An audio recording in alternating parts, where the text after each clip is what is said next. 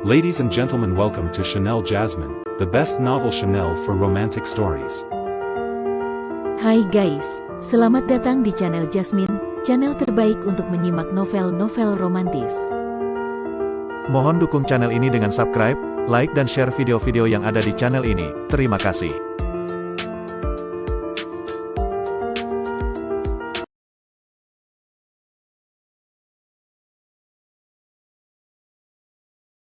Kaisar Agung Seni Bela Diri Bab 991. Di bagian terdalam dan paling pusat dari Gunung Wanren, berdiri sebuah gunung menjulang tinggi menembus awan, seakan tiang penyangga langit, kokoh dan agung. Di tebing gunung itu terukir 3 huruf besar, Puncak Pemutus Perasaan. Di sekitar Puncak Pemutus Perasaan, tak ada satupun binatang buas yang berani mendekat, karena wilayah ini dilindungi oleh formasi dan larangan yang sangat kuat dan misterius. Di bawah bimbingan Luo Xiu, monster pelahap dewa terbang menuju puncak tertinggi Puncak Pemutus Perasaan. Barulah para pengikutnya menyadari bahwa di balik kabut tebal, terdapat sebuah istana kuno yang berdiri anggun di atas puncak.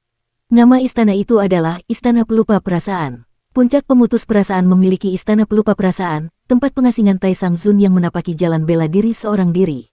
Hanya Luo Xiu yang bisa berdiri di puncak itu. Bahkan Luluo yang memiliki segel Gunung Qiyu, pun tak mampu menembus larangan formasi yang menyelimuti puncak tersebut. Pada masa lalu, saat Luo Xiu masih bernama Tai Sang King, hatinya hanya berisi jalan bela diri, tanpa terganggu urusan duniawi. Puncak Pemutus Perasaan ini tak pernah dikunjungi siapapun, karena menjadi tempat penyendiriannya selama bertahun-tahun. Bahkan gadis-gadis jenius yang sangat dekat dengannya, tak satu pun pernah diizinkan ke sana. Tempat ini adalah tempat di mana Tai Sang King memutuskan semua emosi dan keinginan duniawi, dan pada masa itu, siapapun wanita yang datang ke kaki gunung ini pasti akan merasa patah hati.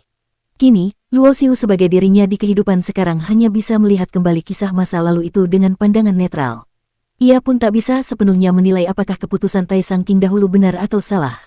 Guru yang pernah disegelnya di lembah penyegel iblis adalah orang yang telah memberinya kehidupan kedua. Tai Sang King memutuskan untuk menyingkirkan perasaan demi mengejar jalan bela diri, semata-mata agar suatu hari dapat menyelamatkan sang guru dari penderitaan, karena baginya, perasaan adalah penghalang dalam jalan kultivasi, sebuah belenggu bagi pencapaian sejati.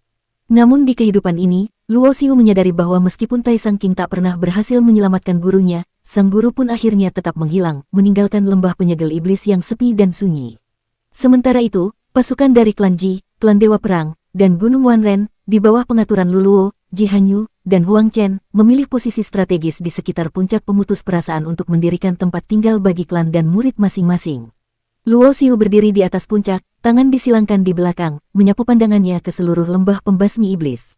Segala sesuatu yang terjadi di lembah ini kini berada dalam jangkauan kesadarannya. Selama ia berada di sini, ia adalah tuan dari lembah pembasmi iblis.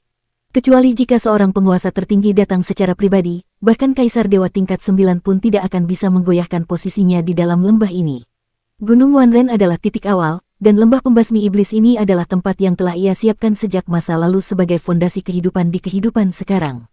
Di sekitar Puncak Pemutus Perasaan terdapat banyak formasi dan larangan, sementara lembah pembasmi iblis sendiri melimpah dengan harta karun alam, logam spiritual tingkat dewa, ramuan suci, dan binatang buas kuat untuk melatih kekuatan bela diri. Sebuah tempat suci yang diimpikan semua sekte dan klan. Tak ada tempat yang lebih cocok untuk kemunculan kembali klan Dewa Perang dan klan Ji. Potensi mereka jauh melebihi Gunung Wanren, dan Luo Xiu selalu memandang mereka sebagai pilar penting ke depan. Di pertengahan lereng Puncak Pemutus Perasaan, ada sebuah gua. Di dalam gua itu, asap, kekacauan bergulung deras, dan suara tawa keras Kardislar menggema dari dalam. Tempat ini dulunya adalah kediaman lama Kardislar, dan berada dalam energi kekacauan membuatnya merasa seperti kembali ke rumah. Masa lalu telah berlalu, biarkan ia menjadi kenangan, ucap Luo Xiu dalam hati, lalu mengangkat tangan dan menghapus seluruh formasi larangan di puncak. Mulai saat itu, Puncak Pemutus Perasaan bukan lagi tempat yang hanya boleh dihuni oleh dirinya sendiri. Ia bukan Tai Sang King, dan tidak akan memutuskan semua emosi. Ia tidak ingin menempuh jalan kebenaran sendirian, tanpa pasangan dan tanpa teman sejati. Ia memiliki istri, dan juga sahabat-sahabat wanita yang berarti dalam hidupnya. Boom! Pada saat itulah, sebuah aura kuat meledak di dalam lembah pembasmi iblis. Menyusul di belakangnya, gelombang aura kultivator lain mulai bermunculan, satu demi satu masuk ke dalam lembah. Luo Xiu tetap berdiri dengan tangan disilangkan. Berkat bantuan formasi lembah pembasmi iblis, kesadarannya kini mencakup seluruh penjuru lembah. Ia memang membiarkan gerbang masuk tetap terbuka karena ia tahu akan ada orang-orang jahat yang akan datang. Sosok yang muncul adalah seorang kakek tua dengan rambut dan janggut putih terurai.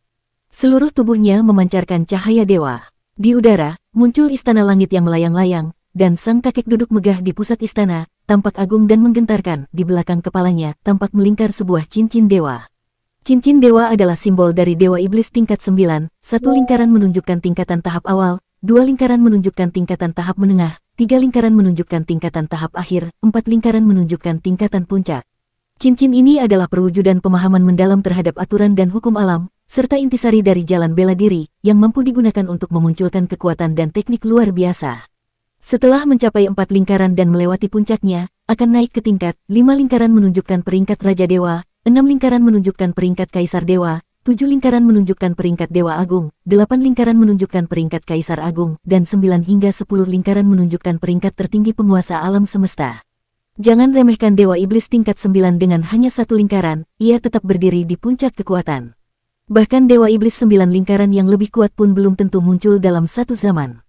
Contohnya saja di wilayah timur batasan kehampaan, jumlah Dewa Iblis tingkat 9 diperkirakan tak lebih dari 20 orang, dan yang terkuat di antara mereka hanya mencapai 6 lingkaran sudah cukup untuk disebut penguasa utama wilayah. Dewa tertinggi 7 lingkaran. Di seluruh 5 wilayah besar batasan kehampaan, jumlahnya tidak lebih dari 10. Kaisar Agung 8 lingkaran ke atas. Jumlahnya bisa dihitung dengan jari satu tangan. Bagi para Dewa Iblis tingkat 9, setiap kali lembah pembasmi iblis terbuka, mereka pasti akan datang, karena lembah ini menyimpan harta karun yang bahkan bisa menggoda hati para dewa, termasuk monster level 9 yang jika berhasil dibunuh bisa dibuat menjadi pil inti binatang level 9. Biasanya, saat lembah baru dibuka, hanya murid-murid tingkat bawah yang lebih dulu masuk, dan para tokoh besar baru akan datang belakangan. Tapi kali ini berbeda. Kemunculan senjata kekaisaran tertinggi membuat para Dewa Iblis tingkat 9 turun tangan lebih awal. Dan kini, leluhur Sekte Agung Daluo, Sang Daluo tua telah tiba. Tokoh kuat dengan satu lingkaran dewa ini adalah leluhur dari Sekte Agung Daluo, dan karena sektenya berlokasi cukup dekat dengan lembah pembasmi iblis, ia adalah yang pertama tiba di tempat ini. Sahabat Daluo, lama tak berjumpa. Tiba-tiba, sebuah suara menggema, diikuti oleh gelombang aura luar biasa kuat yang melintasi ruang dan waktu, langsung turun ke dalam lembah pembasmi iblis. Sosok yang muncul adalah seorang pria gagah dan kekar, mengenakan baju zirah dewa dengan jubah emas berkibar di punggungnya, dan 5 lingkaran dewa menggantung di belakang kepalanya. Begitu aura orang ini muncul, langit dan bumi seakan tertindih, membuat semua kultivator yang sebelumnya mengikuti leluhur Daluo masuk ke lembah hampir roboh bersujud di tanah karena tekanan spiritualnya. 5 lingkaran dewa, ini adalah dewa raja tingkat 9 sejati dari keluarga kerajaan klan besar Qin. Ternyata Yang Mulia Raja Qin telah tiba, maafkan hamba yang belum menyambut dengan layak. Melihat kedatangan orang ini, leluhur Daluo langsung bersikap hormat, membungkukkan badan dan memberi salam. Raja Qin adalah tokoh terkenal di wilayah timur batasan kehampaan, kekuatannya hanya berada di bawah penguasa wilayah timur, yang merupakan seorang kaisar dewa tingkat 9. Raja Qin hanya mengangguk ringan. Meskipun leluhur Daluo juga merupakan dewa iblis tingkat 9, selisih kekuatan antara keduanya sangat besar. Bila Raja Qin menghendaki, ia bisa menghancurkan leluhur Daluo dalam 10 jurus saja. Apakah sahabat Daluo juga datang demi senjata kekaisaran tertinggi? Tanya Raja Qin dengan suara tenang. Mendengar ini, hati leluhur Daluo langsung bergetar, namun ia tertawa. Yang Mulia Qin salah paham, dengan kehadiran Anda di sini, bagaimana mungkin saya berani mengincarnya? Kalau bicara jujur, siapapun pasti tergoda oleh senjata kekaisaran tertinggi, termasuk dia. Ia datang lebih awal karena berniat merebutnya terlebih dahulu, dan kalau berhasil mendapatkannya, bahkan Raja Qin pun tidak akan ia takuti. Namun ia tak menyangka Raja Qin datang begitu cepat. Ia bahkan belum sempat bergerak, Raja Qin sudah turun. Kalau begitu, lebih baik. Namun sebelum kalimat selesai, sorot mata Raja Qin langsung berubah dingin, lalu mengalihkan pandangan ke kedalaman lembah pembasmi iblis, matanya menyala bagaikan 2 pedang cahaya dewa, menembus langit dan mengarah langsung ke puncak pemutus perasaan. Cukup tajam perasaannya, Luo Xiu berkata lirih di puncak pemutus perasaan. Ia menyadari bahwa indera spiritual yang ia kirim keluar tadi telah terdeteksi oleh Raja Qin. Meski yang dilepaskan oleh Raja Qin hanyalah 2 sinar cahaya seperti pedang surgawi, namun kekuatannya luar biasa. Bahkan Luluo yang memegang segel Gunung Qiyu pun belum tentu bisa menahan serangan ini. Hancurkan! Dengan satu teriakan pelan dari Luo Xiu, kata menjadi hukum. 2 pedang cahaya surgawi yang menyapu menuju puncak itu, lenyap tanpa bekas seketika. Raja Qin terkejut, karena ia merasakan kehadiran sebuah kehendak yang amat kuat dan mengerikan saat serangan tadi ditangkis. Tidak baik, mundur. Raja Qin yang biasanya tenang langsung pucat, tanpa ragu berbalik dan melarikan diri. Berani masuk ke lembah pembasmi iblis tanpa izin, apa kau pikir bisa datang dan pergi sesukamu? Suara dingin bergema di angkasa. Sebuah tangan raksasa muncul di langit, penuh kekuatan suci yang tak terbendung. Cerot, seketika darah menyembur, dan sebuah lengan berdarah jatuh dari langit. Leluhur Daluo yang menyaksikan hal ini langsung pucat pasi, karena itu adalah lengan Raja Qin. Itu Raja Qin, Dewa Raja tingkat 9. Tapi sekarang sebuah tangan miliknya dicabut hanya dalam satu serangan. Sekte Daluo, Dewa Iblis tingkat 9. Tangan raksasa yang merobek lengan Raja Qin kini bergerak ke arah leluhur Daluo, seolah hendak menelannya. Nama sekte dan gelar tak berarti di hadapan kekuatan mutlak sang penguasa lembah pembasmi iblis. Hari ini adalah hari paling mengguncang dalam ribuan bahkan jutaan tahun. Bahkan, dibanding perang antara Gerbang Naga Langit dan Gunung Wanren 3 juta tahun lalu, ini jauh lebih mencengangkan. Sebab berita ini bukan hanya mengguncang wilayah timur tapi seluruh 5 wilayah batasan kehampaan. Dia telah kembali. Di tempat yang jauh, leluhur tertua klan besar Qin keluar dari pengasingan, wajahnya menunjukkan keterkejutan saat mendengar Raja Qin kehilangan satu lengannya. Apakah yang dimaksud leluhur adalah orang itu? Tanya seorang junior dengan nada gugup. Bagi sosok sekuat Raja Qin, kehilangan satu lengan bukanlah masalah. Tapi yang menjadi masalah adalah kekuatan hukum yang tertanam dalam luka tersebut. Leluhur Qin mengangguk perlahan, ekspresinya sangat serius. Satu-satunya orang yang mampu mengendalikan lembah pembasmi iblis sepanjang sejarah hanyalah dia. Leluhur itu kemudian menarik napas panjang. Di masa yang jauh, lembah pembasmi iblis disebut sebagai benteng paling kokoh di dunia, bahkan jika beberapa kaisar dewa tingkat 9 bersatu, mereka tetap tidak bisa menerobos masuk. Jika kamu bisa kembali dengan selamat, itu karena dia masih mengingat hubungan lama. Dahulu, klan kita pernah memiliki seorang leluhur yang berjuang bersama dengannya.